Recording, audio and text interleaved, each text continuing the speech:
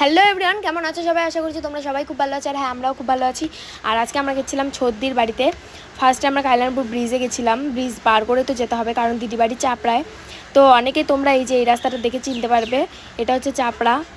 যারা গেছো চাপড়ায়, খুব ট্রেন্ডিং একটা জায়গা।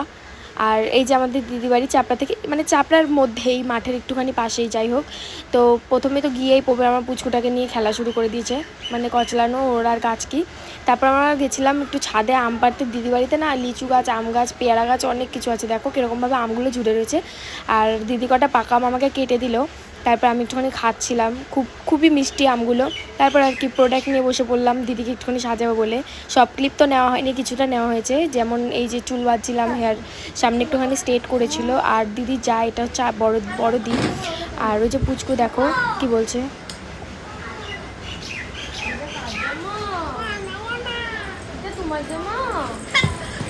যাই হোক, তারপরে চলে গেল ওখান থেকে লজ্জা পেয়ে। তারপরে আমরা একটু এসছিলাম মানে হোটেলে খেতে।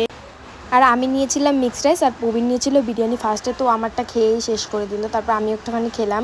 তারপর আর কি আজকের দিনটা খুব সুন্দর করে কাটিয়ে বাড়ি ফিরছি। বাই। তোমরা সবাই সাবস্ক্রাইব করে দেবে, লাইক